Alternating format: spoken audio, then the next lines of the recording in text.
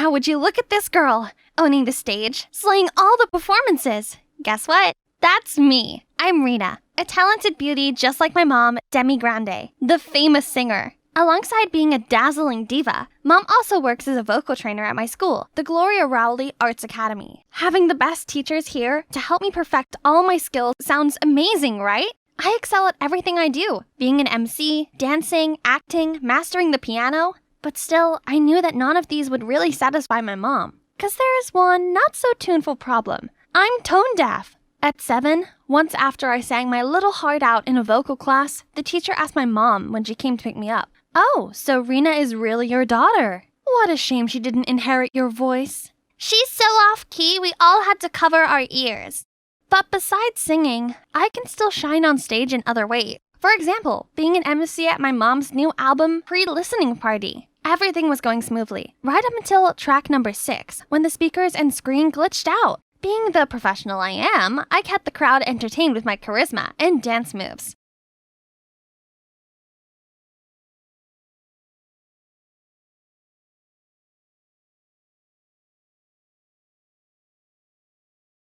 "Rena, sing us a song too, please!" Suddenly, the rest of the audience were nodding in agreement. I hesitated, but then decided to go with it. Just a short one. Can't be that bad. 'Cause I'm in the stars tonight. So watch me bring the fire, set the night alight. The audience started laughing. Oh no, if only Harry Potter could lend me his invisibility cloak right now. Please help! Suddenly, "Hey, everyone! Sorry for the technical issues. It seems to have affected the sound system also, causing voices distortion. So, not letting you all wait any longer, how about we do an acoustic performance for this next song, in which Ariana and I had the honor to feature with Miss Demi Grande. I assure you won't be able to get this experience anywhere else." The crowd cheers so loud. They must have forgotten about my disastrous performance. Thank God. Everyone was surely enjoying this. I mean, who could blame them? Look at him. My savior. Not Harry Potter, but Brian Willis, the best singer from the vocal department of our academy. At the end of the show, I rushed over to get a photo with Mom, but it seems she was busy. I guess I'd see her at home. That evening, I was in my room looking at video clips from the party when a video of me singing popped up. I scrolled through the comments. So, Demi's beautiful voice was defo not inherited. "She can dance and act, but she sure can't sing." Ha! Huh? It wouldn't make more sense if Ariana was Demi's daughter. Just then, Mom came in to thank me for the successful event and saw me disheartened by those words. "It doesn't matter, Rena. Just enjoy your dancing or anything you like. Singing isn't for everyone." I couldn't get her words out of my head. I was a daughter of a diva, yet I sounded like a frog. No way. They can sing, then this diva's daughter can sing too. So I booked myself in for some online singing lessons, then signed up as the opening solo singer for the Academy's annual concert. As long as I practice hard, then I'd make it, right? Just like how I honed my other skills. Mom saw me practicing and tried to help, but no matter how hard I tried, I always came in at the wrong beat, sang as if I was reading, whispered when it was too low, cracked my voice when it was too high, and screamed out the words. "Sweetie, why don't you prepare a dance instead? It's more of your thing. Leave the singing to our vocal department. Ariana will surely nail it." Ugh! Ariana this, Ariana that. I'm your daughter, not her. I must be able to sing. I was looking at the list of registered candidates and feeling nervous. But Brian appeared beside me. "Oh, so you want to follow the singing path? If so, I'll always support you." He handed me some materials for basic vocal training. I was thinking about how sweet he was when Ariana and her friends passed by. "Oh, so both you and Brian are trying out for the opening solo?" "Nah, just me, obviously. How could Brian compete against his girl?" "Ariana is his girl? So Brian didn't like me at all. He was just being polite. Both him and Mom thought I was just a dud and Ariana was the headline act? So I practiced all day and night to prove them wrong. I also posted a short clip of my singing on the forum and said if people voted for me, I'd provide a mega performance full of singing and dancing. The next day, the school announced the top 2 tied opening solo candidates, Ariana and me. I was so excited. But then I heard the murmuring. "You voted for her? For real? I just want to see how bad her voice can get." "Don't be so mean. She's Miss Grande's daughter. Of course my vote goes to her." Suddenly, Enid, this usually timid girl, appeared and congratulated me. "Don't listen to them, Rena. I believe only someone as well-rounded as you deserves to represent Gloria Rowley's Art Academy. Enid's kind words really gave me strength. Now I just had to keep on practicing. I'm so near to the goal now. That weekend was the final rehearsal before the selection round. I was extremely nervous, and this was the first for me to feel this bad on stage. I wasn't as comfortable and confident as I was MC or a dancer. I tremblingly sang, but all I could think of was my itchy throat. I couldn't hit the notes at all. Had I practiced the wrong techniques? No way. I followed all the instructions Brian gave me. If you don't really want to do it, don't push yourself. I just feel a little under the weather today, so I didn't want to push it too hard. Don't worry, I've got a wonderful performance in store for everyone on D-Day. Oh, Brian, where have you been? We need to run over our duet one more time. Ariana again? She must be trying to pick a fight with me. I glumly looked around the auditorium and saw everyone from different departments busily preparing for their amazing performances. They were all passionately practicing. Meanwhile, I don't even know what I'm doing anymore. How on earth could I save this performance? I was at my all-time low when Enid appeared next to me. Hey, do you want to team up? I have the vocals and you possess the greatest stage presence. Seeing my confused face, she continued, I've always admired you, and it's really sad to see you like this. We all just want a successful event for our academy, right? I've tried so hard. Everyone, especially my mother, is really looking forward to my performance. I cannot fail. So I agreed to let Enid help me lip sync for the audition. Just for once. I'll recover in time for the real concert anyway. The audition started off great. Enid was backstage singing, and turns out her voice is Taylor Swift level amazing. It's even more soulful than Ariana's. Seeing the crowd's stunned faces, I confidently gave the performance my best shot. But then I suddenly noticed the crowd's confused looks and realized something. Enid had stopped singing. Panicked, I turned on my mic to sing, but my voice came out as an off-key tremble. I sounded terrible, but I managed to finish the song and then rushed backstage. As soon as I stepped backstage, I saw my mom and some of the other students, including Brian and Ariana, gathered around Enid, who was sobbing, saying that her mic broke and that she didn't mean to let me down. Enid, what are you doing here? I can't, Ari. Please forgive me. I can't do it. Even though you're my sister, I can't. What are you talking about? Wait, you two are sisters? Oh, I see. So Ariana teamed up with Enid to sabotage me. I knew I wasn't Ariana's favorite person, but this was low, even for her. Now I was a laughingstock to everyone. It had been a horrible day, so I just wanted to curl up in my room and be left alone. Only, Mom knocked on my door. Sweetie, can we talk? I was too sad to answer, and Mom must have been mad at me, as she didn't try knocking again. I can't blame her. I would too if I was a mom. A tone-deaf daughter like me really embarrassed her. As expected, the next day at school, everyone was buzzing about 3 hot topics. The first one being my lip syncing. Rena can't even sing properly. Her performance was a joke. But she's truly a great dancer. She's better off focusing on that. The second, that they suspected Ariana of being the mastermind who set me up. And the last one was a surprise at how awesome Enid's voice was. That whole morning, I couldn't escape the gossiping. Worse still, clips of my lip syncing were posted online, and now the Academy had been accused of favoritizing a celeb's daughter over talent. I never meant for it to affect my mom and the school's reputation. I know I needed to try and fix this, so I decided to apologize in front of everyone during lunch break. It was my idea to lip sync, and I know it was dumb. I'm sorry. I shouldn't have done it. But before my friends could reply, Enid spoke up. Rena, I didn't mean to blow the lip sync plan. Ariana begged me to, but I refused. It was a completely unintended incident. Please, drop the act. I never asked you to do that. I didn't record our convo because I trusted you. Because you're my sister. But come on, Ariana, you know what you said. Oh, you didn't record it? Then it's a good job I did. Ariana then pulled out her phone and played a video. Why were you lying about the lip syncing? Relax, you should be thanking me for helping you eliminate a rival. I gasped in shock, and so did everyone else. I never thought that sweet, timid Enid could secretly be so conniving. Enid couldn't play innocent anymore, so she broke down and told everything. Okay, I did it, but none of y'all understand what it's like having Ariana for a sister. I have a better voice, but I can't compete with her. She's beautiful and everyone loves her, while I'm always the black sheep. Not to mention my migraine medication made me put on these unlosable weights. So I felt too insecure to stand on stage. I just wanted Ariana to taste failure for once, to feel what I feel. So I used Rena to beat her, but the mic messed up, and I took my chance to put the blame on Ariana instead. Everyone was still trying to process all these shocking revelations when a boy stood up.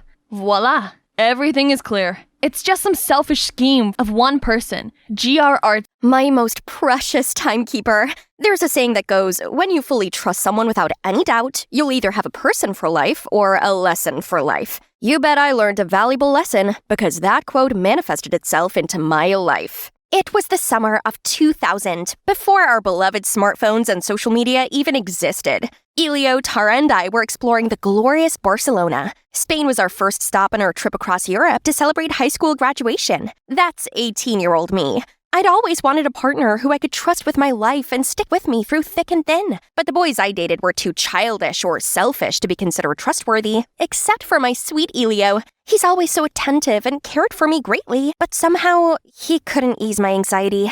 At the beginning, I wanted us to have a couples trip, but then I decided to have my only friend Tara join us, just to be safe. My treat, of course. Only Tara stayed friends with me after many other greedy leeches tried latching onto me for my family's wealth. Sure, I got you, girl. I was thinking you might just chicken out without me. Ha ha ha. She knew me too well. And so our journey began. Why Barcelona, you asked? Because I wanted to connect to my Spanish roots since my grandparents met, then got married over there. Hopefully, Elio and I would be just like them. After weeks of sampling Michelin restaurants, 5-star hotels, and high-end nightclubs, we visited Las Ramblas Market, and so did dozens of other tourists. Ugh, are they not seeing me intentionally? I can't suffocate between sweaty people, so I let us out of the crowd. Here comes fresh air. But hey, where are Tara and Elio?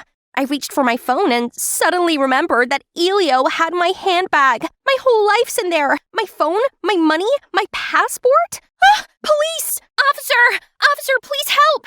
I'm lost and I don't have my documents on me. But why did they keep dashing their gaze to me, then to each other? Oh, they understood me. Then they signaled me to follow them, probably to the police station. What? This is a hospital. They think I'm nuts? No, this isn't happening. What do I do? Excuse me, you need help? That snapped me out of the panic attack. I turned around and saw 2 male supermodels. My. Hang on, time and place, Michaela. Turns out the guy who just approached me was Guzman. He's quite fluent in English and very friendly. Meanwhile, the cold one was Manu, who seemed to be watching me like an alien. I told him about my situation, then they led me to the U.S. Embassy. Luckily, they stayed to help me talk to the embassy staff, who I totally believe is the sloth from Zootopia in disguise. One eternity later, they said they'd help me find Elio and Tara, but it'd take several weeks. Ugh, that's it? What about me? I already told them I had neither money nor a passport, right? Where do I stay? How would I survive? Right then, Guzman offered me to stay at his place and work at his family's restaurant in the meantime. Huh? Isn't that too generous to a stranger like me? These 2 beautiful and helpful people could be baits, but without any other option, I had to cautiously follow them.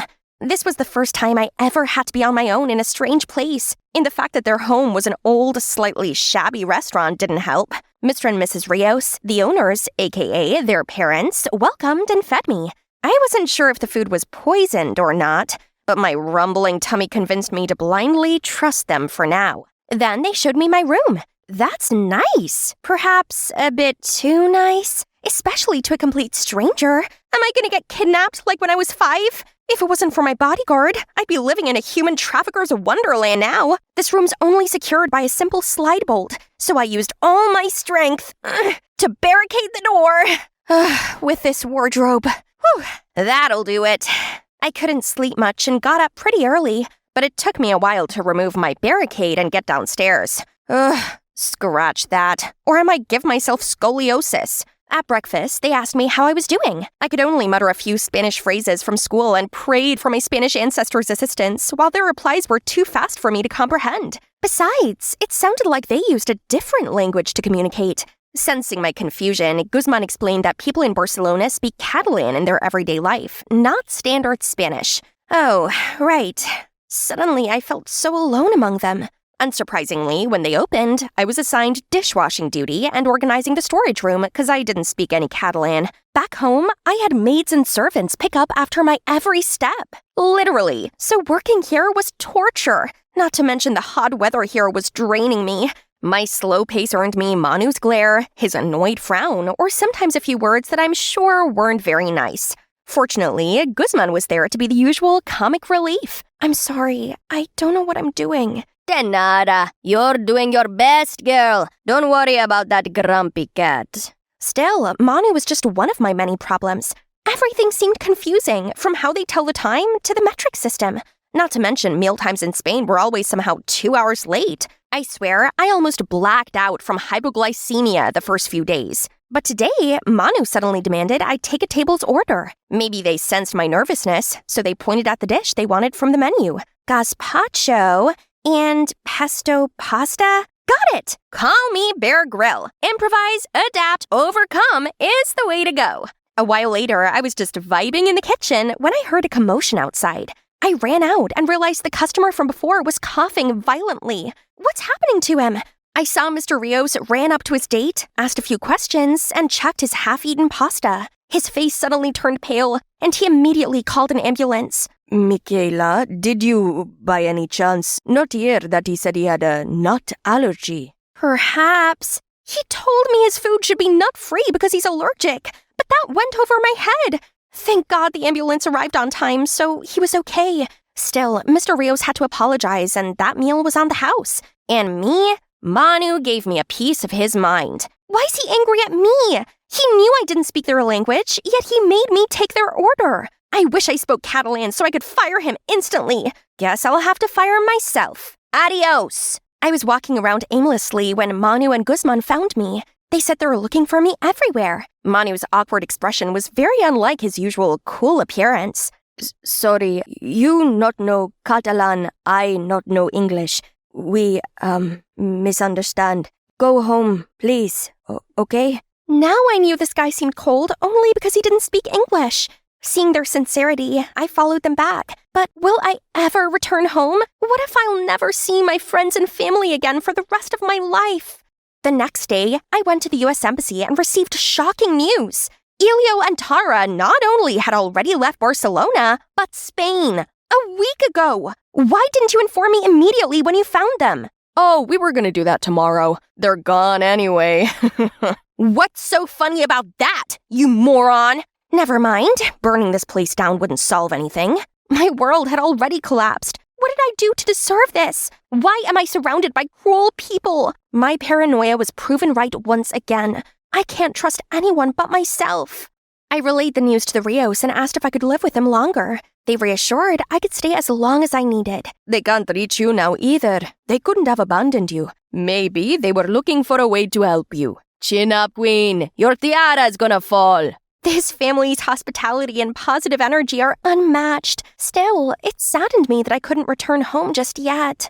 A few days later, surprisingly, Manu offered me Catalan lessons. In return, I shall teach him English. He was a natural. I, on the other hand, felt like I was born with a wrong tongue. Whenever Manu got mad at me for making mistakes, I'd bombard him with questions as a distraction. Why do you use Celsius and not Fahrenheit here? Why Catalan and not Spanish? And what's up with siesta? I swear, it's like the entire city suddenly drops dead in the middle of the day.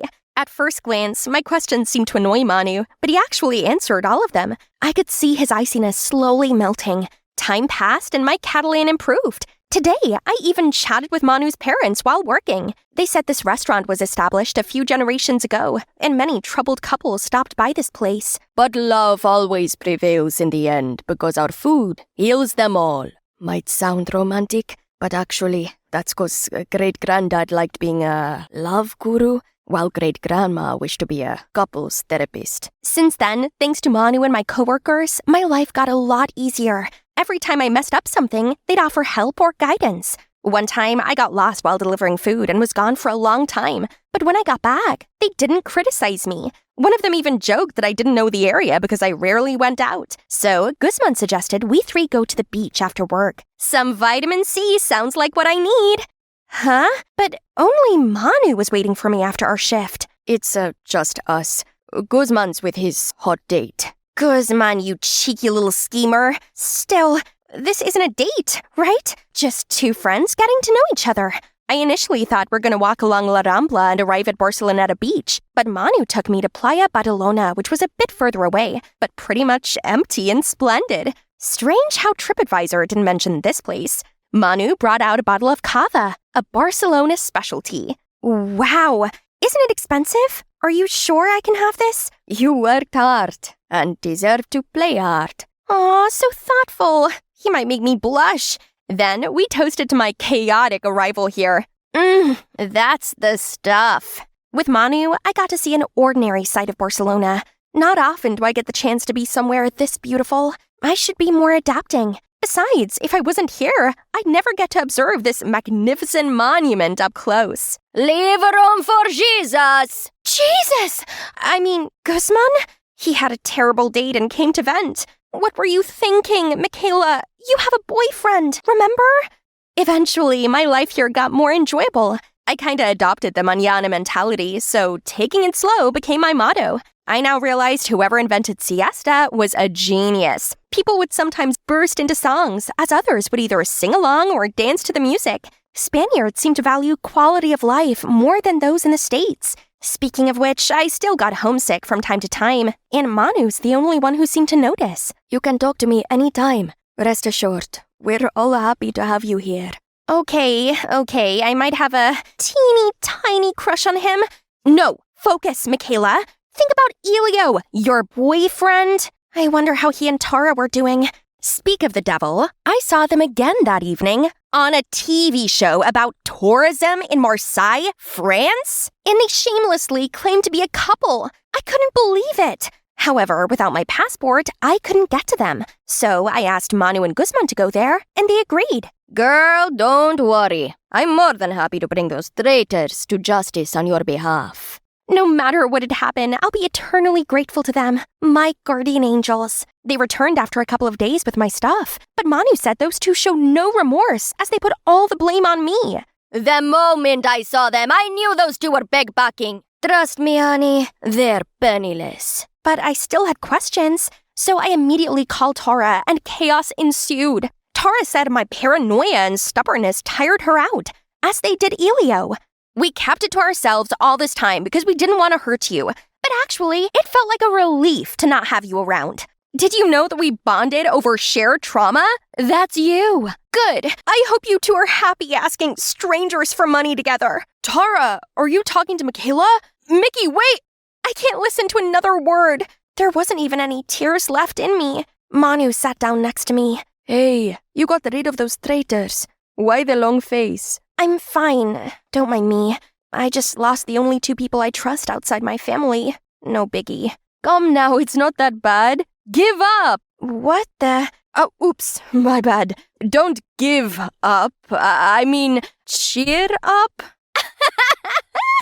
Don't laugh. I mean it. Since you got here, you've become a lot more independent, haven't you? You're quite a strong, resilient girl. He's right, and not just because I like him. I'd been so caught up in everything that I didn't realize I'd been entrusting my life to him, who I barely knew.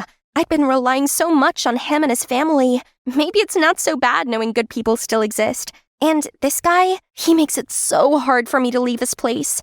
At the crack of dawn, I woke up to the deafening sound of helicopters? That's my family crest. My parents must have sent those choppers. A swole guy in black came up to me and said my dad wanted me home because I'd gone AWOL for far too long. Then he just grabbed me and we flew straight back to America. I begged him to turn around so I could say goodbye to Manu, Guzman, Mr. and Mrs. Rios, my saviors, but my pleading was completely ignored.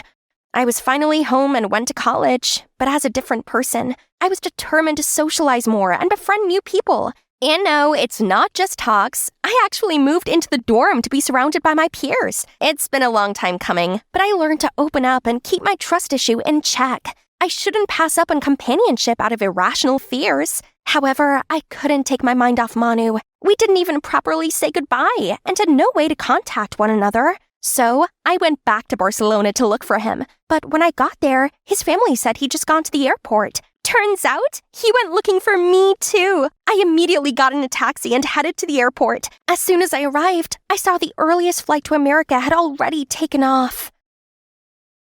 That's how my time abroad wrapped up. Michaela, mi amor, where are you? Yes, my love. That photo album again. I'm right here, eyes on me. Well, I couldn't figure out why you didn't board that flight. I just had a feeling that I'd see you again if I turned around. Call it telepathy. Hey, what's the matter with you? Don't think you're better because you help everyone you see. Oh, so now we're being honest? Fine, my turn.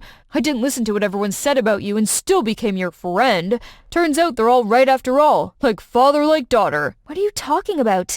You knew everything? Yeah, I'm not dumb. And that's not all. Now I finally believe my dad died in that fire because of your dad's negligence. His dad was among the victims in that fire?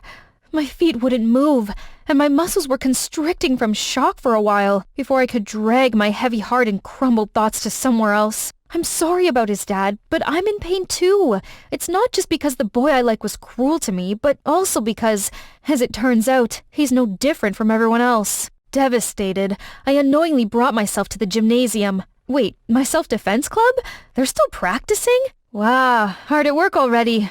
Amazing. Shut up! Why are you even here? Then their insurrection began. Just quit already. We're not here to entertain you. Your careless, irresponsible behavior has said enough. You don't even know why we need to learn how to defend ourselves. You never cared about us in the first place. Don't even bother pretending. Leave. Okay, fine. I won't stay where I'm not welcome. Bye, then. Home at last. I was gonna take my frowny face straight to my room, but couldn't hide it from Dad. Sweetie, why the long face? How are you so cheery all the time? Life's beautiful, and we get to see it every day, no? I hate it. I hate to see you get all the blame while doing nothing but good deeds. How everyone's mocking us. But above all, I hate how you always have that happy-go-lucky smile, even though people treat you like the butt of their jokes. I hate trying to be a hero like you said, but I can't stand pretending to be weak either. I hate everything! Honey, they might think the worst of us, but that doesn't mean we have to be so pessimistic and indifferent. Then we're no better than them, aren't we? You can't change the way people see you or be anyone but yourself. Perhaps one day we might manifest something good to the universe. But first, we need to be good people. His words actually woke up something in me. Was I wrong about everything all this time? In the following days, Aaron and I ran into each other a couple of times, but we both avoided eye contact. That one's a dead end, but a boy is not my biggest problem. Now I want to flip the script and start over. But from where? I know. But wow, everyone immediately got their torches and pitchforks ready at the sight of me. Good afternoon, y'all. What you said the other day got me thinking, and I'm sorry. I want to help, for real. Of course, only if you want me to. Come on, I'm already at the bottom. Give me a chance to go up, huh? No loss for you anyway. They seemed convinced, so I got down to business right away. What? You're already cowering? I only swung my arm. Looks like what they've been practicing wasn't working, so I decided to put them on a strength-building regimen alongside one-on-one sessions with me. On top of that, I built each member's profile detailing their weaknesses and how they should be improved. Most of us aren't tall or athletic. How about you show us how to use weapons like pocket knives, nunchucks, and axes? Seriously? Sorry, but swords are only as good as the women who wield them. You'll most likely hurt yourself if you carry those things around. So I came up with the idea of teaching them self-defense using familiar items like backpacks, pens, and heels. And this look? I actually wanted to get rid of it, but I decided to keep it up since this is what most girls wear. This should show them how to protect themselves in the most unexpected situations. Danger won't wait for you to change into appropriate attire. Besides, I'm totally serving this look. Then more students joined our club. I see geeks, nerds, goth chicks, and even popular cheerleaders. What brought them here? Hazel once mentioned that they all had a reason to learn self-defense. So I decided to sit everyone down one day. Alright, no practice today. I want this club to not only empower us girls physically, but also be a safe space to, talk about ourselves and our problems. Okay, who wants to go first? I broke the ice by sharing everything that's wrong with my life, why I had such a slappable face, and all things false about my family that everybody liked to say. The girls seemed quite bewildered, then began contributing to the conversation. Well, for me it's my mom. She got divorced recently, and now she's doing really questionable midlife crisis stuff. I mean, she can do whatever she wants, but I'm still very angry with how she's handling things. So my therapist said I should take up some physical activity to deal with my anger issue. It seems to work, so far. I feel powerless at home too, so I thought learning how to fight would give me the strength I need to stand up against my stepdad. Yeah, I felt helpless many times before, like whenever I reported my stalker to the police, and they said there's nothing they can do. But practicing with you guys made me feel strong and confident, no matter how brutal it can be. Totally. With what we learned here, I felt like one day we could both reverse stalk our stalkers. Jeez, I only wanted to take advantage of these poor girls at the beginning to get out of trouble, and almost abandoned them. What was I thinking? And since then, they'd all got stronger and seemingly more confident through each lesson. Every girl had several bruises, but the brightest smiles were always on their faces. We must have looked like the happiest thugs. One day, when I was enjoying my meal, Betty came and said she wanted to have a word with me in private. I put aside our differences, but then she said this. I'll cut to the chase. Your violent little club is getting more popular and taking away people's attention from what's truly important. My campaign. I don't follow. We exist in completely different spaces. I have nothing to do with your campaign. You know what I'm talking about. All that everyone cares about now is your girl fight club. I'm just concerned that you're planting seeds of violence in other students' minds. That's all. Gosh, I don't need to explain to you, of all people, what I'm doing. If you're worried nobody cares about you anymore, maybe, just maybe, they're tired of your sob story and useless anti-bullying measures. Ugh, you're wasting my time. However, I couldn't have anticipated disaster struck right that evening. Another person was complicit that day, but I was hesitant to point her out because I feared her retribution. But now your love and support have given me strength to do the right thing. That girl was none other than Jamie. She even blatantly lied to the principal that she had self-defense club. But they're nothing but a bunch of thugs in disguise. I am truly terrified for myself and everyone else in this school. Members of the club were on my side. Still, most people chose to believe Betty, including the teachers. And so they shut us down. Am I on the right track after all? Or should I just return to my old, quiet life? The next day, the whole club came to comfort me. Don't cry because it's over. Smile because it happened. Never mind her. She already had her army of simps go to war with Team Betty. But from the bottom of our hearts, thank you. I couldn't have done anything without you guys. It's my fault the club shut down. Jamie, we became fighters thanks to you. You're a real one. I was walking home, feeling much better than yesterday, when I saw the last person I want to see. Betty, who's with her bullies? Betty, you okay? Never better. See, I'm with my friends. What? Didn't these guys beat you up? We buried the hatchet. Friends for life, right guys? You talk too much. What now? What's the problem? Aaron came flying out of nowhere and pulled me out. Then they tried to pick a fight with him, but Betty prevented it. Then we walked together, no word spoken. When a thank you was on the tip of my tongue, he already went in another direction. Later that day, I found out that Betty owed money to them and almost couldn't pay them back, hence their intimidation. Now that the issue was settled, they're back to being friends. Their friendship made me cringe.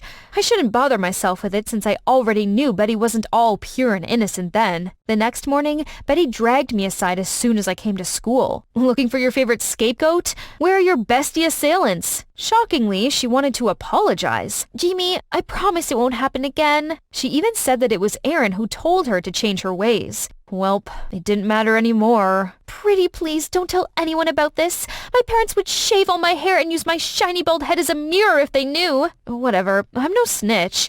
But how long do you think you can get away with this? People's sympathy will run out one day. Are you gonna ask them for another punch to have another sob story? Then I stormed off, leaving her frozen on the spot. It's Monday, meaning I was supposed to attend club meeting, but now that we're banned, I don't have anything better to do. So bored.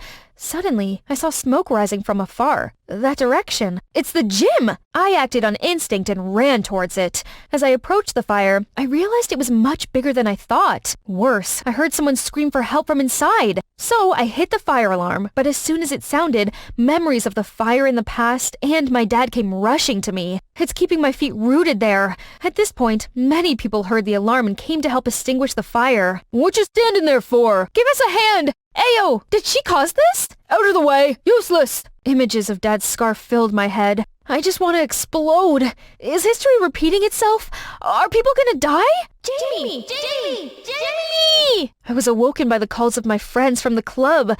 They're helping too, but this much water and sand couldn't do much to this ever-growing fire. In a split second, I tore out a piece of my shirt, dipped it in some water, then wrapped it around my face before running straight inside the burning building as everyone else gasped at me. The black smoke covered my field of vision. I dashed further inside and showed any survivor I saw the way out. Shockingly, I found Betty, shivering and cowering. I called out her name a couple of times, but no response. Without thinking, I carried her out in my arms. As soon as we got out, I saw Aaron trying to tell me something, but I didn't hear a single word as I was fixated on looking for more survivors in there. Suddenly, fire truck sirens took me out of it and I stopped. Firefighters are here! My dad's here! They swiftly took care of the rest. But my dad's uniform caught on fire, which had to be taken off. That's when he inadvertently revealed his scarred arm. When the fire had been put out and no one was left inside, I rushed over to give my dad the biggest hug. Dad, you're all right! I finally did it! Then some townsfolk came to pick up their kids, and I saw them looking at my dad's scar with this stupid, aghast look on their faces. What are you looking at? Y'all thought a firefighter's body's flawless? This? It's what he got for trying to save you and your family in that tragic fire and all these years. He should have been praised as your hero, but instead, all he got in return is deformity and your ungrateful ass. Dad had to hold me back to stop any further colorful words from coming out of my mouth. Poof. They need to hear that. It took a while before a few people approached my dad, asked him how he was doing, and apologized for mistreating him, as well as disregarding his contribution to the town. Hey, my emotional outburst helped. After that incident, I spent a few days at home. The girls told me that Betty admitted to setting the gym on fire so she could play the victim and be the center of attention once again. Betty only contacted Aaron because she wanted him to save her specifically, but the fire was unexpectedly huge and spread like, well, wildfire. Tragically, Aaron didn't make it in time while Betty was completely unaware of other students in the gym at that time and accidentally trapped them. There's going to be dire consequences for her no matter what. That evening, I answered the door to see a familiar face. Hi. Hi. How are you holding up? I was so worried. Wait, let's go somewhere else. I didn't take Betty's text seriously until I heard you running into the fire. Please forgive me. I'm sorry about the last time we spoke. I was so angry I said all those wrong things about you. I'm very sorry about your dad as well. It's okay, and my family and I should have been thanking your dad and his team. Without them, my mother wouldn't have been around now. That's alright. I wasn't being completely honest either. The truth is, I know. Ever since the day we fell out, I kept an eye on you still. I know that's creepy, but I just wanted to know how you're doing. Believe it or not, I secretly came to your self-defense club a couple times and saw what good deeds you're actually doing. And now, would you give me the chance to get to know the real you? Bro, you're sure you want to know me? I've seen that you're more than willing to ditch me and help just about everyone in need, and I'm tired of that. Besides, aren't you into nice, cute, petite girls? Says who? Is this about what I said in English class? It's just so the girls would stop. And the other thing, guess it was a bit misleading, but that's how I instinctively act to everybody because I thought it's what any good person would do. When you finally become my girlfriend, you'll get the special Aaron Taylor treatment. Ahem. That's still not my biggest achievement this school year. I got to be friends with these amazing people. And even though I'm not a true hero, I found a way to help them overcome some of their problems. Would you believe it? I was really happy I did that, and I would be happy to do it again. Hi guys, I'm Mia, a princess from, of course, not the kingdom of far, far away, but another relatively small country in Europe, which must not be named. That was a Harry Potter reference, in case you didn't notice. Anyway, before I tell you my amazing story, like and subscribe, please? Nah, that's an order. Your Royal Highness, please come down here. In your dreams! Guys, just admit it. You've also dreamed of being able to fly far away with lots of balloons. At least once, right? I'm living your dream right now. But just as I was enjoying the fresh air, actually, the air was kinda thin up here. Anyway, out of nowhere, a flock of birds from the opposite direction flew straight into the balloons. 1, then 2, then 3 popped! Catch the princess! No! I cannot die like this! Ah! So, at my funeral... Just kidding! Did you seriously think I died? I didn't. But instead, I was immediately taken to the palace in front of the king and Mom, who wasn't very happy with what I just did. How could you do something reckless like that? Did you forget who you are? Your Majesty, please reprimand her properly so she would not repeat this sort of behavior. That's right. How could you be so careless? Next time, prepare more balloons, or at least let me join you. Your Majesty! You all know who sides with who now. Growing up, Dad would let me join him in his hunting adventures, but we actually never hunted anything. Instead, we would explore the beautiful sceneries together and learn interesting survival tricks. Those hunting trips called the deepest passion for adventures inside me. But of course, Mom only wanted to keep me inside the palace. It's too dangerous. Mia, remember who you are. Or, what's your manners? But I couldn't care less about her because Dad always got my back. But everything changed when I was 15. Dad suddenly had a stroke, then fell into a coma. Mom ascended the throne, and my life officially became hell on earth. I'm not even blowing it up. I was not allowed to laugh out loud, eat too much, or even leave the palace anymore. She was so paranoid that she even insisted I have a bodyguard. One day, I was reading a book when the sleepy monster came to visit me. So I asked my bodyguard to play my favorite game with me. Let's take turns naming words starting with the letter B. Whoever loses will have to do a handstand walk around the palace. I'll go first. Bite. After a few rounds back and forth, we started running out of words starting with B. I have a word, but I can't say it. Oh, come on. Say it or I'll have you fired. But Right then, Mom came in out of nowhere and immediately fired him just because of using improper language. what choice do I have, really?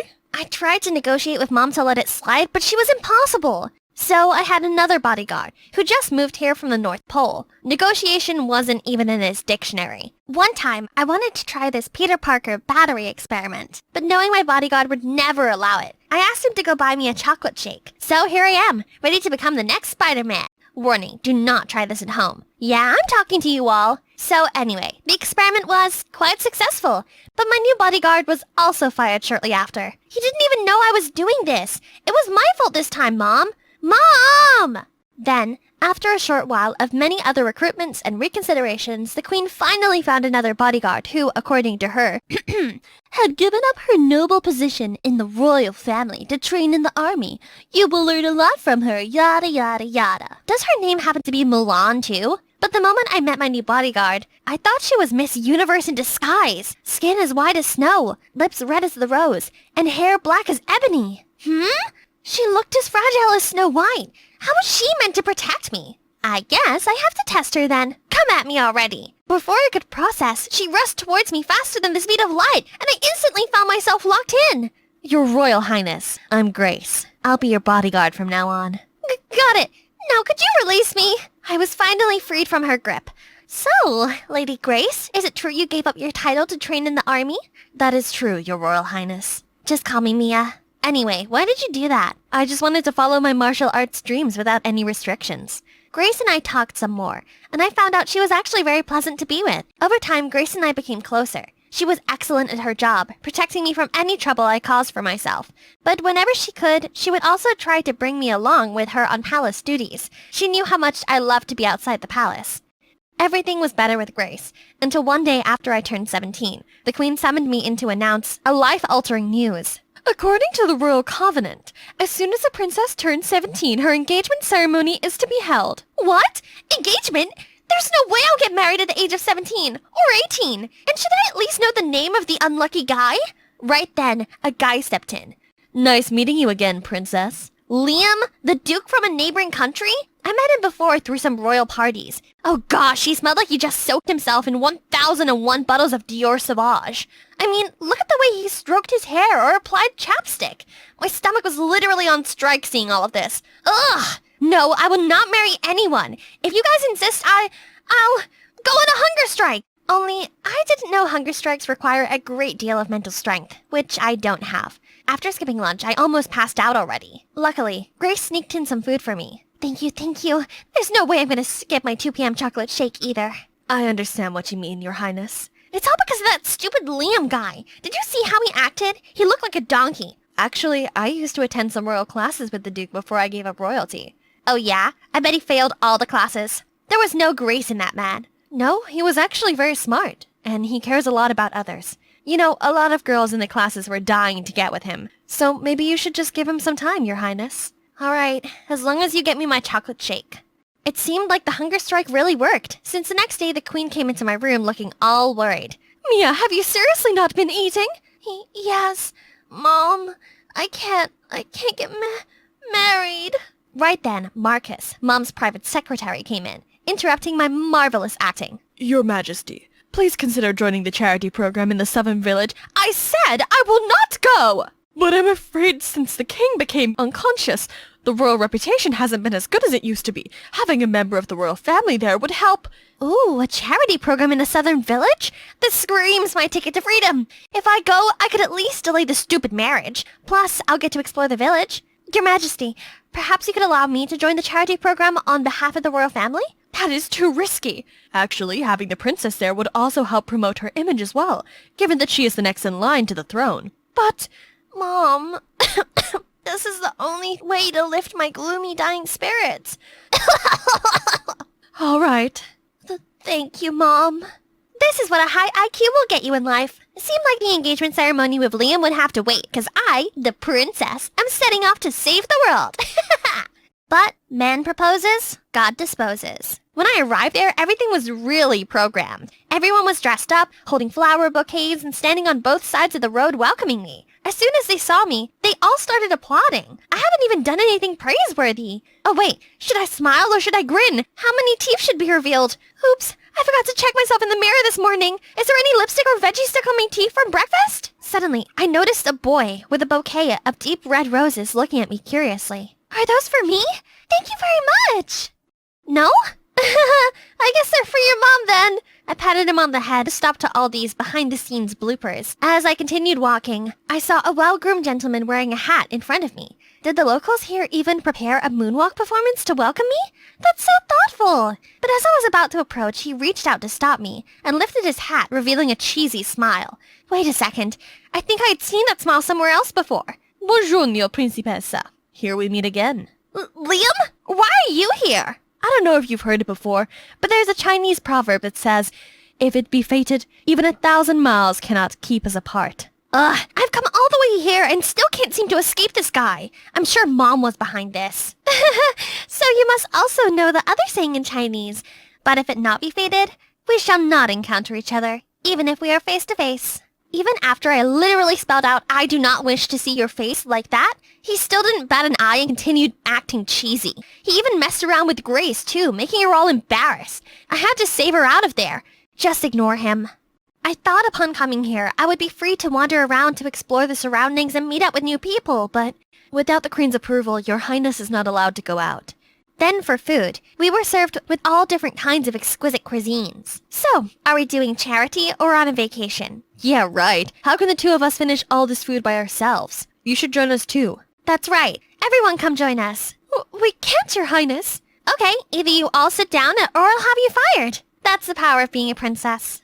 So, turned out life here was no different from back at the palace. I had to participate in loads of charity duties that didn't have anything to do with charity at all. Worse still, I couldn't even enjoy my snooze privilege anymore. Rise and shine, princess. Today's schedule begins with breakfast at 7 a.m., accompanied by the Duke, followed by an interview with reporters at 8 a.m. At 10:30, Your Highness and the Duke will deliver gifts to residents of the lodge and take photos with the President and First Lady of France. Then at 11:30, all right, at least let me go squeeze the cheese first. No, princess, we don't have any cheese for today's breakfast. If I'm not mistaken, the breakfast menu includes... No, Grace, I gotta go bake a loaf.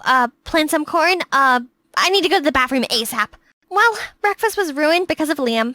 If it wasn't for Grace, I would have jumped over and torn him apart already. But now I still have to endure this terrible human being's company for the interview. Let's take a beautiful photo of the princess and the Duke together. I angrily looked into the camera while Liam grinned stupidly. Ugh, you guys just want nice pictures of me and Liam? I immediately posed in 101 different positions. Everyone's face went from surprised to confused to speechless. Princess? My short-lived spotlight was suddenly taken when Liam also started crawling on the ground and posing like a Zara model. Hey, what are you waiting for? Take as many photos as you want. Did he really go that far? After a whole day of taking photos and interviews, and being pretty and breathing, I was exhausted. But I still need to attend this dinner with the President and the First Lady of France. I tried to follow along with the conversation, but soon, all the laughter and chatter around me slowly faded away. Then I suddenly saw myself turning into a rabbit, running free around the carrot field, hanging out with my turtle friend. As I turned around to look for him, a farmer suddenly appeared and lifted me up. Ah! Turned out the farmer was Grace. Oh? Did I say something funny? Ahem. Right when I was staring daggers at Liam, he suddenly turned serious. Please excuse me. I suffer from a condition called laugh-a-lot from a young age. What is laugh-a-lot? How come I have never heard of it? Oh, only about 0.01% of the population suffers from this, so it's not common. People with laugh-a-lot syndrome have no control over their mouth and jaw muscles, or when to laugh. Oh, I understand. I'm so sorry about that. You're still so young. I tried so hard to hold back my laughter. How could the First Lady not figure out Liam was just messing with her? It's been a few days and all I did was eat, sleep, and take pictures. I've had enough. One morning I called Grayson. The past couple of days have been exhausting and I've not been feeling well. I'm just gonna rest today. Don't let anyone disturb me. I understand, Your Highness. I should have done this sooner. The front gate was heavily guarded, so I had to sneak out from the backyard. But why was this wall so high? I was about to climb the wall when suddenly I heard a rustling sound below. Huh? A dog hole? Man, I'm in this too deep already. There's no going back. I tried to squeeze through, but I might have had a little too much fruit for breakfast. Come on, you got this! Phew! Finally, I took a deep breath. So this is what freedom smells like. I followed the road ahead and soon saw a village in the distance. I excitedly skipped towards it, but I suddenly stepped on something that I hope was not man-made. Well, it wasn't man-made, but horse-made. When I was figuring out what to do next, someone passed by. He was tall and handsome, just like a male character walking straight out of a Japanese manga. But why does it have to be in this embarrassing situation? Do you know what it feels like to live in a splendidly luxurious castle, wearing extravagant dresses, indulging in exquisite dishes, and always having servants take care of you? Well, actually, I don't really know either. I'm just a little maid who's fortunate enough to be friends with Princess Anne. Oh, by the way, my name is Diana, and I was born in the palace of a small European kingdom. Sounds like a fairy tale, doesn't it? Well, I don't exactly live a fairy tale life. I'm only here because of my mother, Stella. She had devoted her entire life to serve the queen, so in return, I was allowed to live in the castle. And when I grew up, I became a servant to Princess Anne, who was just a few ages older than me, so we immediately hit it off. Ironically, though, I'm not quite cut out to be a servant. I'm a bit, okay, maybe very clumsy, and I tend to be less helpful than I actually should. When all is quiet, it's likely that I've just hidden myself away in the library, lost in its endless sea of books. It would be more fun if Anne was just as happy to spend time in the library as me, but she doesn't care much for reading or studying. She said it makes you age like crazy. But still, she must attend her mandatory classes, by the Queen's order, of course, although she'd much better enjoy cooking, cleaning, and decorating. So whenever there weren't eyes on us, Anne and I would help each other out. I would sneak into her classes, listen to the tutor attentively so I could help her with assignments later. In return, she'd help me with the palace's errands. Anne was how I imagined having a sister is like. We just got each other's back. I knew the real Anne. I supported her passion for baking, even when her own mother forbade her, and I was the only one who knew about her big crush on Count Harold, who often came bearing tributes from the people. Anne was so kind that she always gave me plenty of good food to share with Mom and other maids. But Mom wasn't too thrilled about this. For some reason, she was always anxious seeing how close me and Anne were. Don't forget your place, Diana. Princess Anne is still royalty, and you're just a little maid. Be sure you never cross the line with her. She's just trying to help us, Mom. Don't worry, I'll be careful. Then one day, Anne found a beautiful vintage dress from her closet and convinced me to try it on. I agreed, and once I stepped out of the changing screen, Anne was amazed. See, you'd make such a gorgeous princess. Did I ever tell you you remind me so much of my aunt, the late Queen Mary? I don't have much memories of her, but I've seen her picture in the royal family tree, and you very much share the same aura with her. I wish, Anne, but if I were a princess, I would have people do whatever I want. Like, fetch me my robes, servant, and when you're finished, my toes could use a salt bath. We were just messing around when Mom came storming in. Diana, how dare you desecrate the princess? I told you not to cross the... She didn't finish her words, but fell to the ground, holding her chest in pain. I rushed over to her as Anne ran to the hallway looking for help. Mom! Diana, I need to tell you something. No, Mom, save your strength. The doctor will be here any minute now. No, Diana, you listen to me. Hey, Haley here again. So, in the last episode, Eric had gone to LA to become a singing sensation, while I was left at home, missing him like crazy. When he told me he was performing his debut stage, I decided to go to LA and surprise him. Only, my plan failed miserably when I showed up at the wrong address. Then his manager, Will, answered the phone and told me Eric was too busy to meet me. Naturally, I felt bummed out. But Anna and Kurt insisted on cheering me up, so they took me to Disneyland. Okay, so I tried to have fun. I really did. But everywhere I looked, I saw lovey-dovey couples. Anna and Kurt seemed to be growing closer. They kept on taking pictures together. As happy as I was for them, this reminded me that Eric wasn't here with me. Then, when I was deep in thought, my phone beeped. I smiled when I saw it was a message from Eric and presumed he was sending me over his address. But instead, he said, There are VIP tickets to collect for you. I can't wait to see you backstage after the show. Smiley face, X. I couldn't believe my eyes. Eric had got us 3 VIP tickets. It was a sold-out show, so it was the coolest thing ever. As soon as I showed the message to my friends, Anna squealed excitedly, but I couldn't help but notice that Kurt didn't look all that thrilled. We got ready and arrived at the show super early. I went to the booth to pick the tickets up. I looked at the tickets excitedly, but what's this? There was nothing on them about being VIP tickets. There must have been a mistake, right? So I asked the lady behind the desk about it.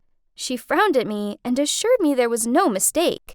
Annoyed, I walked off and called Eric, but unsurprisingly, he didn't answer. No doubt he was in rehearsals or something. I was really disappointed because I just wanted to be by his side, to encourage and cheer him on the first time he performed. But now I couldn't. Plus, I was a little nervous his stage fright would return. I explained the mix-up to the others, and Anna was cool about it, and Kurt just rolled his eyes and muttered out, "Figures." I didn't bother asking what he meant by this. I was already bummed out enough. The show was great, and Eric's performance, well, it was so amazing. He'd come on so much since I'd last heard him sing, and I was so proud of him. As soon as the show ended, I rang Eric again, and this time he picked up. I told him about the tickets, and he seemed confused. He confirmed to me that he asked the manager for 3 VIP tickets for us. Then Eric continued.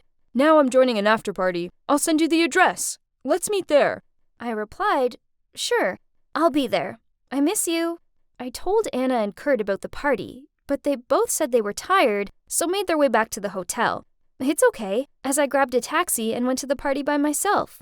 As soon as I entered, I was overwhelmed by the bustle of the party. I'd only been there a few minutes, and I saw a super famous actor walk past me. This was so cool. I grabbed a glass of wine, stood in the corner of the room, and looked at Eric. He stood in the middle of the room, surrounded by a lot of people toasting glasses. Suddenly, I felt like an outsider. Now Eric was a rising star, and I was still an unknown child. After a while, the crowd thinned out, and then a smiling Eric walked over to me. Oh my God, my heart was beating so fast. Finally, I could meet him. I happily waved at him. But then suddenly, Will strode over and whispered something in his ear before he pulled him away. What? Why did he do that? I didn't even have time to say anything to Eric. An anxious restlessness swirled in my heart, so I secretly followed the two of them. Will pulled Eric over to the end of the hallway and said harshly, How dare you bring that girl here? If the press finds out, you can kiss goodbye to your career. Eric replied, She's my girlfriend. Will interrupted immediately. You have to keep this a secret. If your fans know that you have a girlfriend already and that she's some nobody, they will definitely turn their back on you. After a moment of silence, Eric spoke up. Is it you who changed the VIP tickets to regular ones? He replied. Yeah, that was me. It's for the best. Trust me, you don't want all your efforts down the drain, do you? Eric was silent and said nothing. Then Will continued. You see, Haley saw your success, so she wanted to approach you. Think about it. What? What did he just say? I was shocked and angry to hear this. I waited for Eric to defend me, but to my confusion, he didn't say a thing. Is this what Eric thought of me? That I was only using him to ride on his fame? I immediately stepped out and appeared in front of them. They both looked totally shocked, but I looked right at Will with wild eyes and said, You don't need to worry. I'm out of here right now. Then I turned to Eric. I honestly believed you had more faith in me. I guess now I know where I stand. We're over. I hope fame's everything you expect it to be. I stormed out of there, somehow managing not to burst into tears until I reached the street. My heart hurt so much when I realized a harsh fact. Popularity was the invisible wall that separated me and Eric. Then suddenly, I heard someone calling my name. I turned back and saw Eric chasing after me, but I carried on walking. He caught up with me and pulled on my hand. Haley, you misunderstood everything. Let me explain. I stopped walking and said, I think I've heard enough. Don't worry, I won't affect your career. Eric quickly interrupted me. No, don't say that. I'm so sorry. Haley, I promise I won't let Will interfere with our relationship anymore. He hugged me tightly, and I felt my heart melt. It felt so familiar being in his arms. I missed him so much, and wanted to believe him. My tears kept rolling down my cheeks, but not because of anger. It was tears of love. We stood like that for a long time. Then Eric said, Let me take you to a place. Then he drove me to the Griffith Observatory. And whoa, it was so beautiful. We sat there and watched the stars twinkling. This night had been a roller coaster, but right now, there was nowhere else I'd rather be.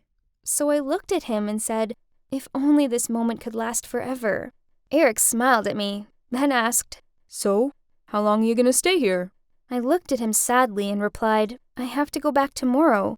Eric pleaded with me. Can you stay for another week? Next week I'm free. I'll show you the LA hotspots. Stay with me. Please? Swing Club could cope without me for a week, right? And it would be amazing to spend some quality time with Eric. So I agreed to stay for another week. Anna and Kurt had flights booked for the next day, so they went back. I'm glad I chose to stay, as the next week with Eric by my side was amazing. We went to so many cool places, such as the Getty Center and the Farmers Market. I was so happy to always be with him. But there was one thing that annoyed me. Eric had to wear this wig, oversized hat, and big shades to disguise himself everywhere. But anyway, I knew that was best for him, for his career, and for me. The week whizzed by, and soon my last full day in LA arrived. And although I missed my friends in Swing Club, I felt sad about leaving Eric. Eric was performing at this music festival that day, so he gave me a ticket, and grinning said, Here, now I know it's definitely VIP. This was so sweet of him, so I smiled and thanked him. The festival was huge. I'd never seen so many people before in my life. And then there was the VIP area. Oh my god, I spotted an A-list rapper praying for his performance, and a famous boy band practicing their dance routine. Eric's performance was, as always, outstanding. Afterward, I rushed into the VIP area and into the big tent. Whoa, it was full of so many famous people. I tried finding Eric, then I spotted him in the corner. He was talking to a girl.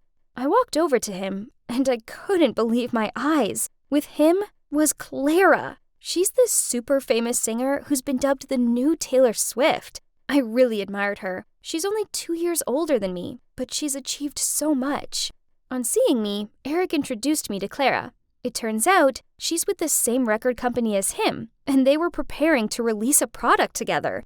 I happily said hi to Clara and eagerly asked her to take a photo with me. I hurriedly took my phone from my bag and was about to hold it up to take a photo, but Clara immediately pushed my hand away and took a step back, then said, no, I'm not free. This surprised me, so I muttered, oh, okay. Then she sweetly smiled at Eric as she rubbed his shoulder and said, bye, Eric. I'll catch you later. Then completely blanking me, she sashayed away. What just happened? I stood there open-mouthed and feeling confused. Honestly, what is being a famous artist? Was it necessary to deliberately act arrogant to prove herself a star like that? Hi, I'm Ella, and I'm 17. Have you ever been brave enough to change the things that you were too familiar with? If yes, did you encounter any difficulties? Well, for me, yeah. It's more than just changes. And this is the story of what happened to me last summer. And it's really crazy, so brace yourself. So, I grew up in a small town in Pennsylvania. When I say small, I mean it. It only had a population of 85 people. There was just one gas station, 2 small parks, 1 grocery store, and oh yeah, only 1 school. Including me, there were only 7 kids in my grade. That's right, 7 people. And my grade was one of the biggest ones. From when I was 5 years old to the time I was 15, I spent most of my time with the same 6 classmates.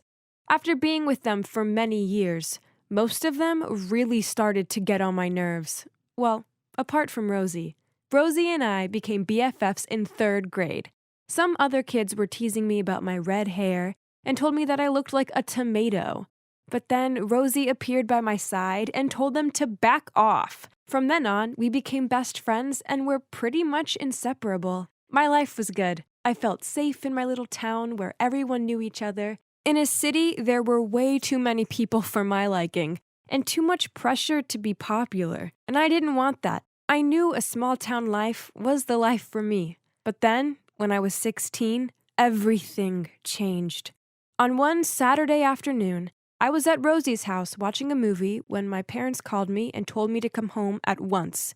I thought this was kind of weird because my parents didn't usually call me to come home until it was late at night. And right now it was only 4:30 p.m. What did they need me to come home for? I arrived home to find Jake, my brother, crying. I bursted out loud. What happened? What was going on? Seeing me totally in shock, my dad said, Ella, we have some news. What news was bad enough to make my brother, who wasn't the emotional type, cry? Did someone have a serious illness? Had someone died? Oh no. Had my beloved dog Sally died? Then he said, Ella, I've been offered a job in New York City. What? I yelled. And he's taking it. This is an amazing opportunity for us all. And moving out of this town will be good for us. It'll be a great adventure, Mom said. New York? The biggest city in the entire country? No, I couldn't move there. I didn't want a new adventure. I was perfectly happy where we lived now, and I didn't want to leave. But however much I sulked, shouted, or pleaded with my parents to stay, their minds were made up, and we were moving. Telling Rosie was horrible. She got so upset, and I felt awful about it. I didn't want to leave her, but what choice did I have? I spent my last day in town with her. We ate pizza, watched our favorite movies, played our favorite video games, and things like that. When it was time for me to leave, I gave her my unicorn plushie to remember me by. Then we cried into each other's arms and we promised to text each other every single day. So, I left the safety of my little town and moved to the city. Our new house was much smaller than my old one, but at least we could keep Sally. On my first day of school, I was terrified. There were so many people and I didn't know where I was meant to go or what I was meant to do. Luckily, the kids there were actually really nice. This one girl showed me where my locker was, and some other kids let me sit with them at lunchtime. After only a few weeks of living in New York, I started to find my bearings. I even figured out how to navigate the underground. I made some pretty great friends, but this didn't change the fact that Rosie was still my BFF. I texted her every day, and sometimes we spent hours on the phone with each other. A month of city life passed, and I got talking to this boy in my English class called Alex. He had the most amazing blonde hair, and his eyes, they were blue like the sky and the ocean, and a swimming pool, and yeah, if you couldn't tell, I really liked Alex. Not only was he unbelievably cute, but he was also kind and funny. We bonded over our love of video games and dogs, and soon became pretty close. Then one day, he invited me over to his apartment to hang out. Then over a giant pizza and a movie, he told me he liked me and asked me to be his girlfriend. I instantly said yes! I was so excited and couldn't wait to tell Rosie, but she didn't seem all that thrilled about it. For a few months, everything was perfect for me. School life was great, and I had some awesome friends and an amazing boyfriend. Sadly, though, Rosie and I grew further apart. I barely had time to talk to her hours on the phone every night. It was like our timeline became different. She always called when I was busy, and when I texted her back, she wasn't there. I know that she always cared about me, but my busy life just carried me away. I told myself this was okay as things change. People get different friends. Though not as often as before, Rosie and I still chatted whenever we had a chance. One time I told her that I would be going out with Alex at a fancy restaurant the next day. Anytime I mentioned Alex, she seemed not cool with it.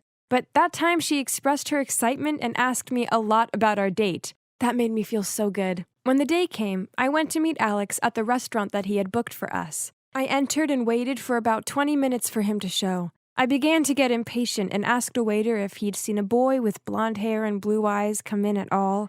The waiter told me he had, but he'd left with a tall girl with long brown hair and brown eyes. What? Who was the girl he left with? And why? I thought of everyone I knew who fit that description. I couldn't think of anyone. Except for Rosie. But she lived in Pennsylvania. Why would she be here talking to my boyfriend? I decided to call Alex, but he sounded muffled and I heard a girl talking in the background. It sounded like they were arguing and then the call ended. This was so weird. What happened? I had no idea what was going on, so I headed home. On my way, I felt like someone was following me. And then I realized that there was one car driving very slowly after me. When I tried stopping, it also stopped. Oh my God. Was it having anything to do with me? I felt terrified and started to run as quick as I could until I reached my house.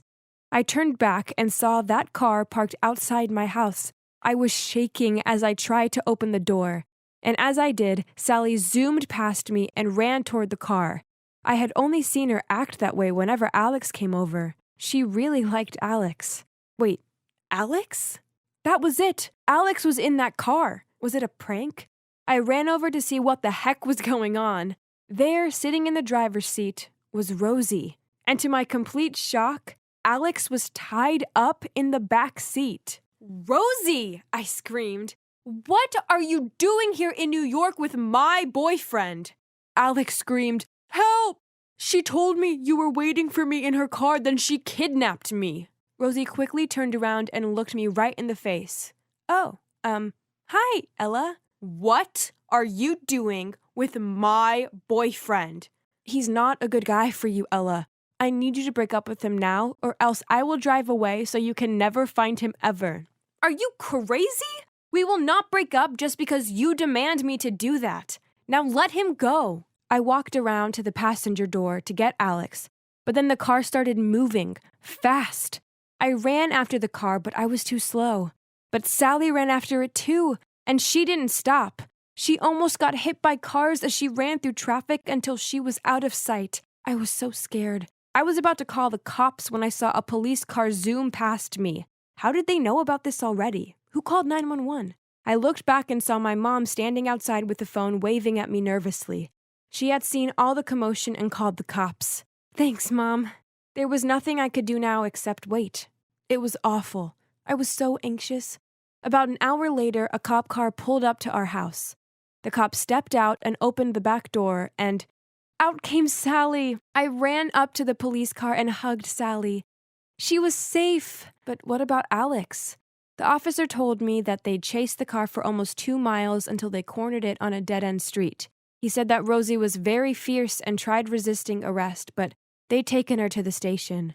To my relief, Alex was fine, and they dropped him back home. Phew. I just didn't understand it. Rosie was my best friend. Why would she try to seriously harm my boyfriend? I later found out that Rosie was diagnosed with bipolar disorder.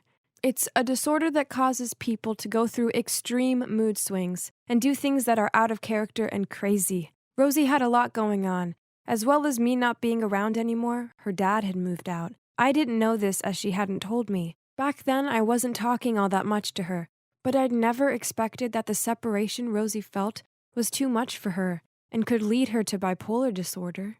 I was her only one at that time, so she wanted her to be my only one too. But Alex appeared and made her feel insecure and seriously jealous. It is fortunate there are no serious consequences. I really hope Rosie gets the proper treatment for her disorder. We might not be as close anymore, but in my eyes, she'll always be the girl who was there for me when I was being teased, and I will always regret that I wasn't there to listen to her more when she needed me. I still feel sad about it all, but I'm trying to see the positives. Things with Alex are going great, and I'm happy here. It turns out city life is for me after all, whether it's in friendship or love. People still need their own space. And sometimes, as sad as it is, people do grow apart. This happens in life. Being overjealous doesn't help mend things. It just pushes the other person further away.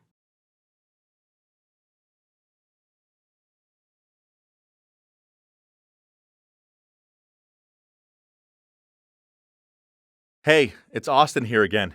So I met this hot girl called Darcy that I really like, and I think she really likes me too. But then a phone mix-up meant I had to date this cougar called Chelsea, who was also dating my friend Jake. I know, awkward. Things got even worse when Chelsea introduced me to her employees as her boyfriend. But then I saw Darcy standing there. Oh no, the girl I like works for Chelsea? This was bad, really bad. Darcy looked so disappointed. Man, this sucked. For the rest of the date, I kept turning around to check on her. I even tried sending her a text to assure her it wasn't what it looked like. But this was tricky to do when Chelsea wouldn't take her eyes off of me. Do you know her? Darcy? You keep looking at her. So, is there something between you guys? I just shrugged and said, Nah, she comes into the restaurant sometimes, that's all. She must have seen right through my words, as she smirked then said, Is that so? Well, then you won't mind me firing her. Unless, of course, you continue to date me, but don't tell Jake or anyone about it. Deal? Turns out Chelsea was even crazier than I thought. She was playing me and I didn't like it, not one bit. But I couldn't stand by and let Darcy lose her job because of me. I knew how much it meant to her. Fine, I replied, but no kissing or anything like that. She grinned back. Whatever, you'll fall for my charm soon enough. As if. She was deluded, like I'd ever want to kiss someone who treated me like prey. Anyway, I only had to put up with this until Darcy finished her internship, then signed her contract.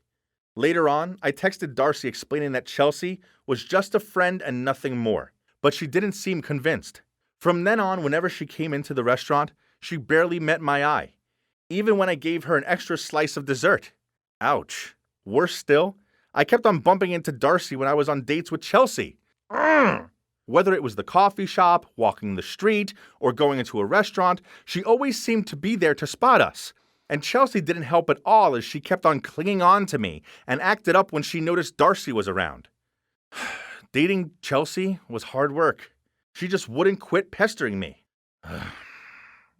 It felt like every time I wasn't working, she dragged me out to some posh restaurant or the theater or something. Yawn. When was she going to get the hint that I didn't have feelings for her? I hoped she'd figured it out soon enough, as things were getting awkward between me and Jake. I hated having to lie to him. Then he messaged me saying he was feeling really down, as he was pretty sure Chelsea was seeing some other dude. Aw man, why was I stuck in this mess? I messaged him back telling him she was probably just busy with work, and not to panic. Now all I needed to do was convince Chelsea to be a one-man woman, and choose Jake. On our next date, Chelsea took me to this expensive Italian, and oh my God, the food was so good. But even that didn't make up for how tedious the date was. She just sat there staring at me like she wanted to eat me or something.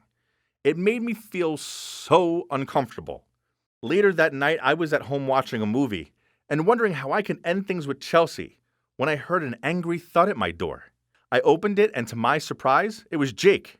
He yelled out, I thought you didn't care about Chelsea. Guess you've seen me being well treated and now you want that too? Step aside. I tried telling him I didn't want her, but this only made him madder. What, so you don't want her, just her money? How can you do that to Chelsea? She's beautiful and smart and, Jake, she made me. If I don't do this, then she's going to fire Darcy. Oh, and set her brother on us both. She's got me on a string, bro. I had no choice. I sighed and looked away to avoid his eyes. Jake's face fell as he took in this news. Then he muttered out, Oh well, I guess I knew what she was like. I felt bad for him, but what did he expect? Of course she was only playing with him. And even he himself knew that he only had himself to blame for falling for her act. He said, Right, whatever. She needs to learn a lesson at least. We can't just let her get off with this that easily. Anyway, she could only do harm to Darcy during this internship period, right? Yep, and not anymore when Darcy signs the contract in a month. Okay then, let's play some pranks on Chelsea. We'll let her experience one glorious month of a cheater. I was kinda excited about messing with Chelsea. She certainly deserved it for ruining my chances with Darcy. Let the fun begin. So Jake asked her to go on dates when he knew she was on dates with me. Then when she made up excuses, he rang her up and sobbed out how she never wanted to spend time with him anymore. Then another time when I was on a date with her, I went to the bathroom. Then Jake stormed into the restaurant and demanded to know what she was doing there. He made sure he left before I got back, but it was so funny walking over to the table and seeing her look all flustered. The problem was that as fun as these pranks on her were, they didn't change the fact I still had to date her. Then she told me I had to escort her to the swanky event dinner her company was having. The only exciting parts of the night were eating the food and, of course, seeing Darcy. Wow, nothing could prepare me for how stunning she looked.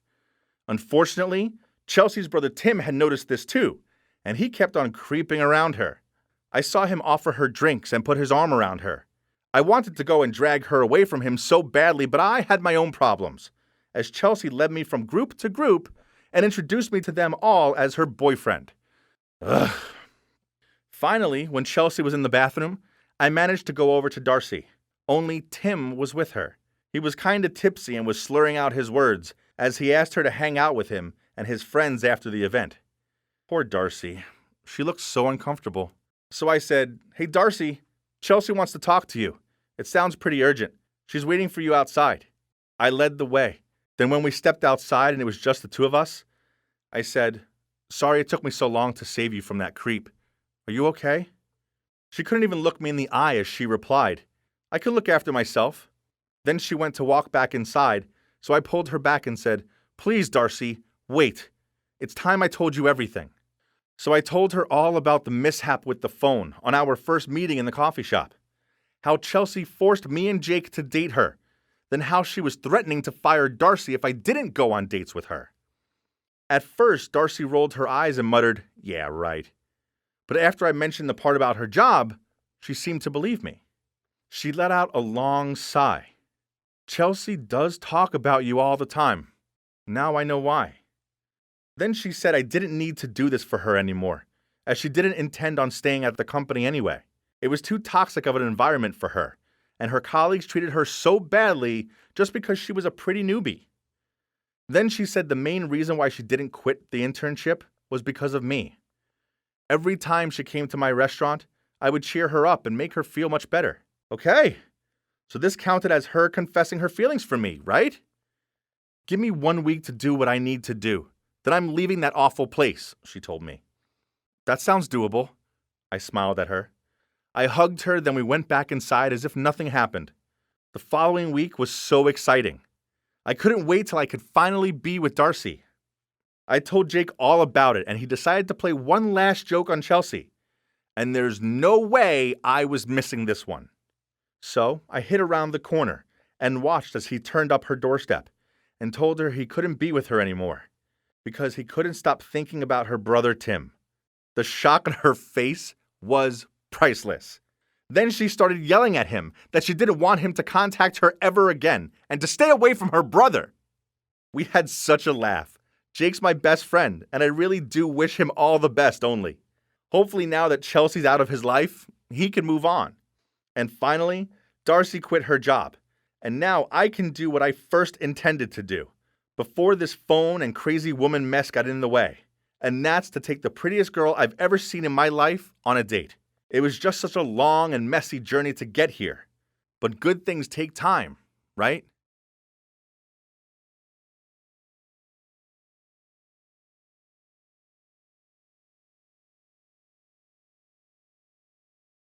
Jaden was taken aback for a second, then calmly said, "You're right. Sorry. I'll back off. Being the third wheel all this time hasn't gotten me any info on Mike's dad anyway. He really was laying low, and maybe Mike didn't even know anything about what his father was doing. The FBI might need to find another way to approach this investigation." Little did Jaden know, Jasmine had become an unexpected factor in his investigation plan. After that time, Jasmine and Mike had private dates, just the two of them, but they left Jasmine feeling more and more distant from him. Why does this wig have to be so long? And these freaking shoes! Why do girls want to torture themselves with these things? Jasmine thought about the last time she was with Jaden, how she could just remove the stupid heels and enjoy being carried by him. But of course, that could never happen in front of Mike. Jaden has kept his promise and leaves us two alone. But why do I feel like something is missing? You look really beautiful today. That necklace is divine. Yeah, I got it from my dad's antique cabinet this morning.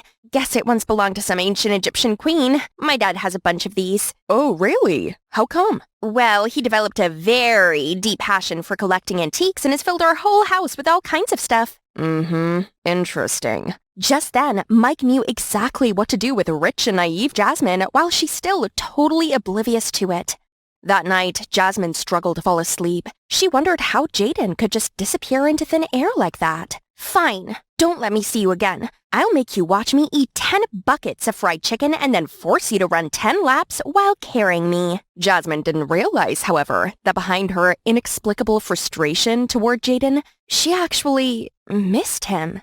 The next day, as soon as Jasmine arrived at school, Mike approached her urgently. Have I mentioned that I'm turning 16 this weekend? No, you haven't. Any special plans for your big day then? Yes, actually. That's why I came to find you. I wanted to make sure you had enough time to put together the most stunning outfit, 'cause I'd like you to meet my father there. You must make a good impression on him. Wow. I'm gonna need to think about it, okay? After that, Jasmine looked everywhere for Jaden but couldn't find any trace of him. Jaden, where on earth have you been?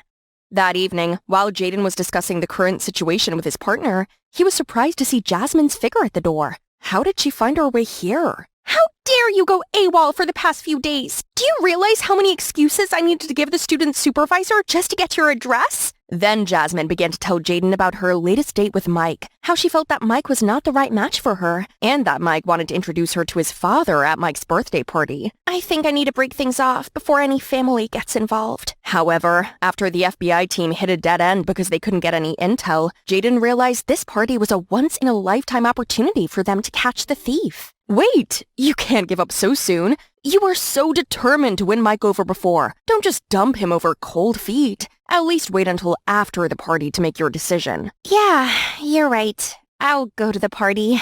After that, Jasmine left. She was trying not to feel the sadness building inside her, but the night that she and Jaden nearly kissed played on repeat in her head. Would things be different if I just confessed my feelings to Jaden? I should let him know how I feel about him. So Jasmine headed back to Jaden's place. When she was almost there, she saw him seeing someone off. Huh? There was another person at his house? Why didn't I see him just then? Jasmine quickly hid behind a wall, out of sight. That party is surely our golden ticket. And we thought you going undercover as Jaden and giving that dude a makeover was all in vain. He's a she. And her name is Jasmine. Oh, did someone catch feelings? Don't forget that you're an FBI agent, James.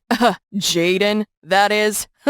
Jasmine couldn't believe what she just heard and saw. When the man left, she stormed right over to Jaden. When were you going to tell me about your double life, James? I wish I could tell you everything, but I really can't. But I won't deny what you did here. I'm an FBI agent, and I've been undercover as a high school student to follow Mike. Jasmine, please listen to me. I'll tell you everything when the right time comes. So I was just a tool that you used to get closer to Mike. And since that didn't work, you're done with me? No, that's not. And why Mike? What do you need from him? I can't tell you anything else right now. But please just be careful around him, okay? He's not as nice as he tries to seem. I'm going to send FBI agents to keep an eye on you at the party. No, you will not. You won't do anything because you and the FBI are going to leave me alone. Jasmine, please. As much as it hurt to look at him again, Jasmine turned back around. My friends call me Gucci, but I guess you wouldn't know.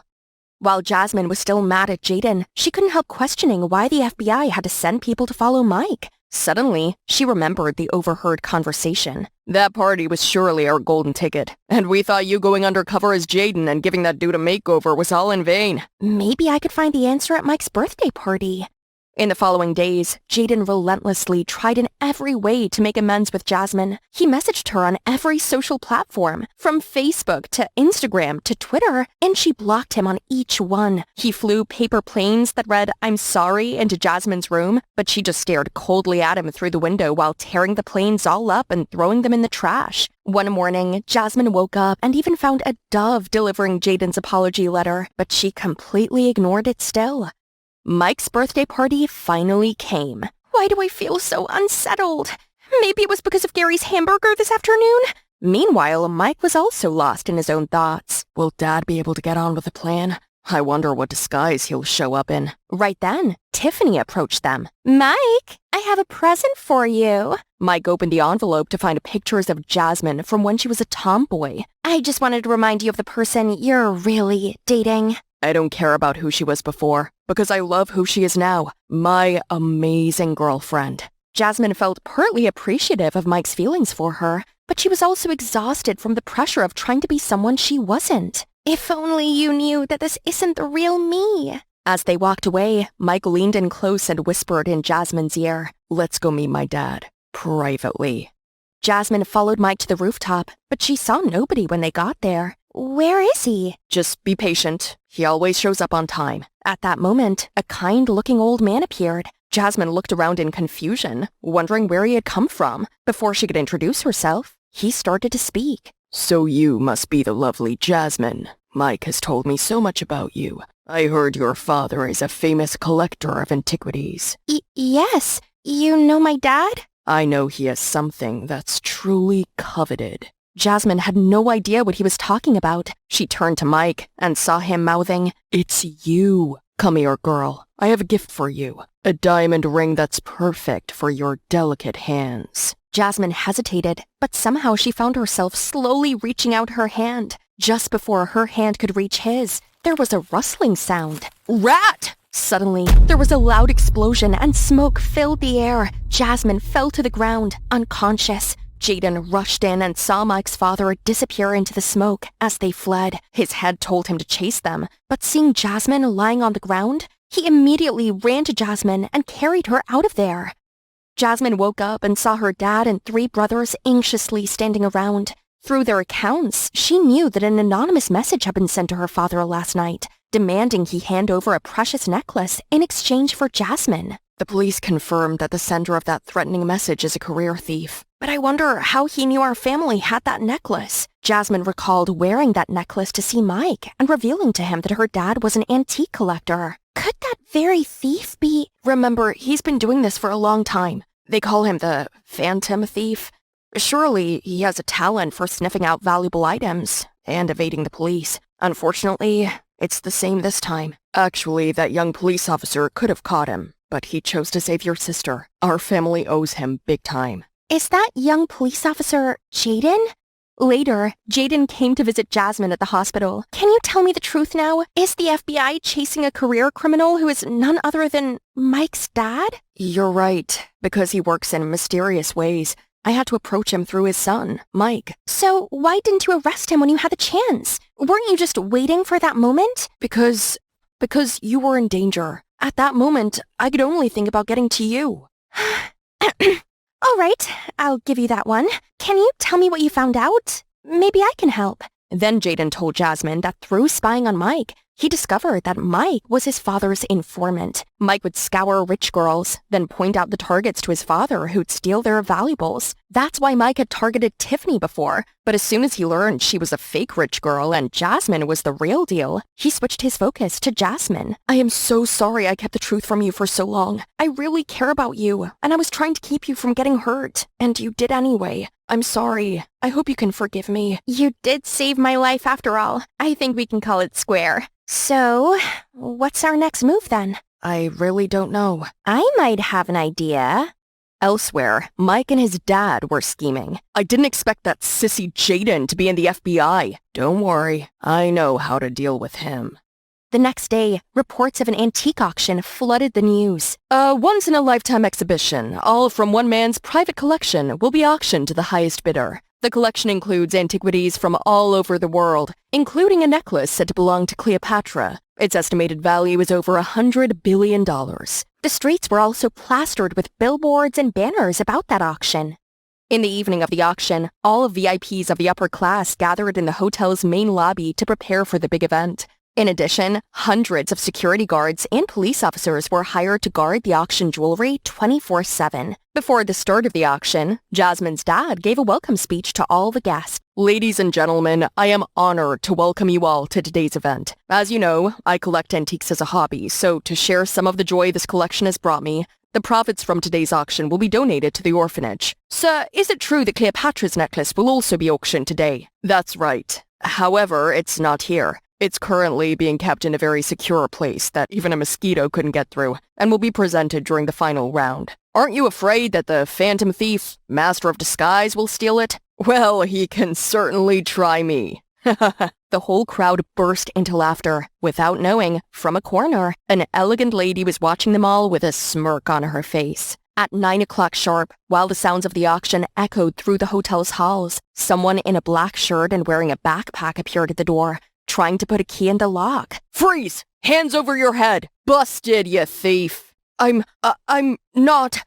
In the lobby, chaos reigned after it became known that the phantom thief had approached the treasure. Jasmine was extremely nervous too. Before long, a police officer went onto the stage. Please don't worry, the thief was apprehended by the police while trying to open the door. The auction will continue as scheduled. Everyone felt relieved, and the room erupted into applause. At that moment, the elegant yet mysterious lady walked toward the elevator quietly, heading to the penthouse. She then swiftly snuck into the room and retrieved the necklace with ease. Those stupid cops must be bringing that fool down to the station right now. She then put the box into her bag and left the room. Suddenly, an old janitor bumped into her. I'm terribly sorry, miss. The elegant lady grumbled, then used the emergency exit to rush up to the rooftop. On the roof, a helicopter was already waiting, with Mike inside. Mike's dad quickly gave him the necklace. Just when the helicopter took off, policemen came rushing to catch him. We finally got you weasel! Ha ha! I've still got the necklace. I win again, you fools. Oh, you mean this necklace? What? How could you? It turned out that Jaden had swapped the box when they bumped into each other in the hall. Upon this admission, in the helicopter, Mike eagerly opened the box, which turned out to be just a jumping jack toy. No! After the police took Mike's dad away, Jasmine and her dad rushed to Jaden. Thank you so much for saving my daughter and still catching the thief. Thank you for all your help.